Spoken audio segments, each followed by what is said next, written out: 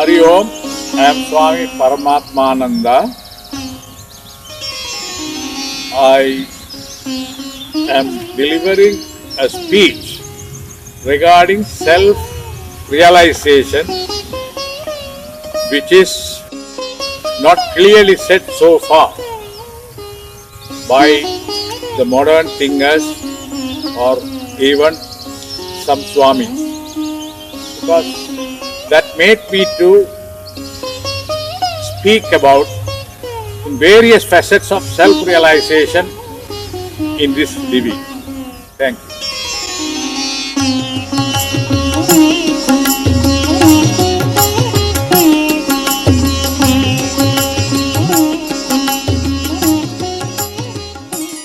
Hi. When we ponder self-realization, we have to understand what is consciousness. What is consciousness actually? Is it soul or connected with infinitum? Or is it something to do with mental condition? Or is it Atma? This question is in the minds of all thinking people. What does it mean? It's a question from layman to scientist, asking repeatedly. Dictionary meaning not actually depicting the explanation of this word. People in different stage of evolution understand according to their rung of their ladder. Let us see actually what it is in the Vedic standpoint. Then mind and consciousness. What is the nature of the mind?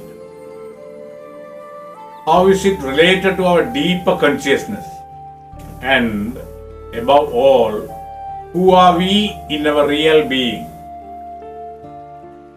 What is our true identity or true self behind the endless stream of thoughts going on inside us? Let us see deeper what is consciousness.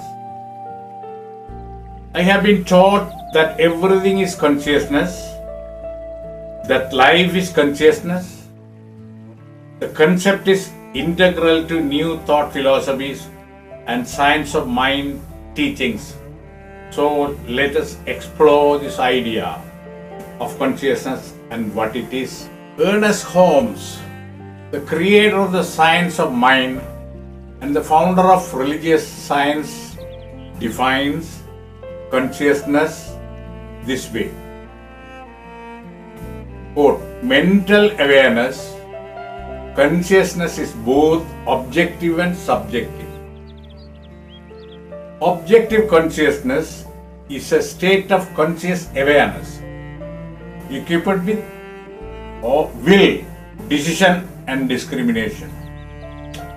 Its reasoning is both inductive and deductive.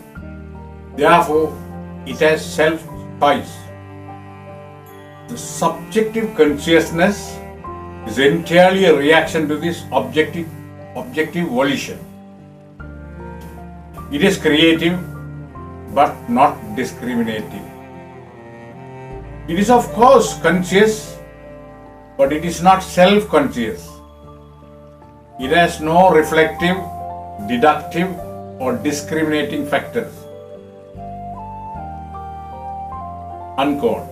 It is compelled by its very nature to accept and create. When we speak of mind in its self-conscious state, we mean spirit. whether we think of it in God or man.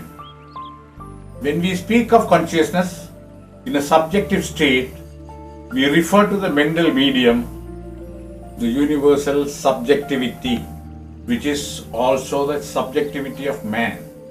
The objective consciousness, Ernest Holmes speaks of this masculine principle. It is thinking and thought. It is the self-awareness that has moved man from animal kingdom to the human kingdom. It is our awareness of self and the world. Consciousness is our whole mental atmosphere. Do you have a general mental atmosphere of prosperity or lack? Do you have a general mental atmosphere of health or sickness? Do you have a general mental atmosphere of peace or conflict? Do you have a general mental atmosphere of ease or difficulty? Consciousness can be changed. Consciousness can be cultivated. In fact, to continue on an upward progression of your spiritual growth, you must continually raise your consciousness in whatever areas are current challenges to you. We can have a mental atmosphere of our own choosing. Wouldn't you rather have a general mental atmosphere of happiness instead of sorrow? A mental atmosphere of prosperity rather than of struggle and lack? Objective consciousness changes subjective consciousness. That is how spiritual mind treatment works. And that is how consciousness creates from the unseen to the seen. Subjective consciousness is the female principle. It is feeling and belief. It is the creative medium that accepts what the objective consciousness puts into it. It also perpetuates what has already been subjectified. Life is consciousness because it is creativeness. Life is always about creating.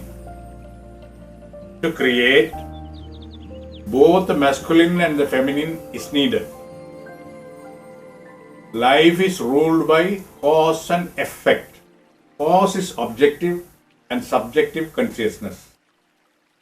The creative process is objective thought subjectified in belief, leading to a physical effect.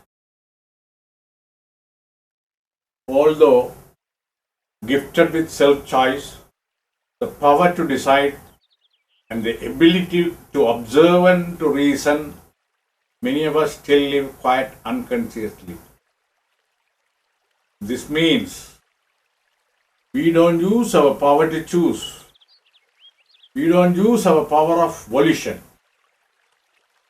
Living unconsciously is just going along, letting old beliefs, old ways of thinking, race thought and others' views of life, do the creating in our lives for us.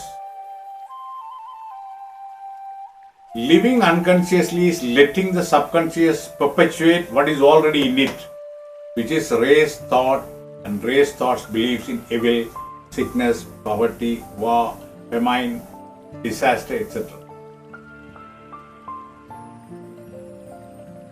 I let the great Emmett Fox expound what we have the key to life, and that key is that life is a state of consciousness.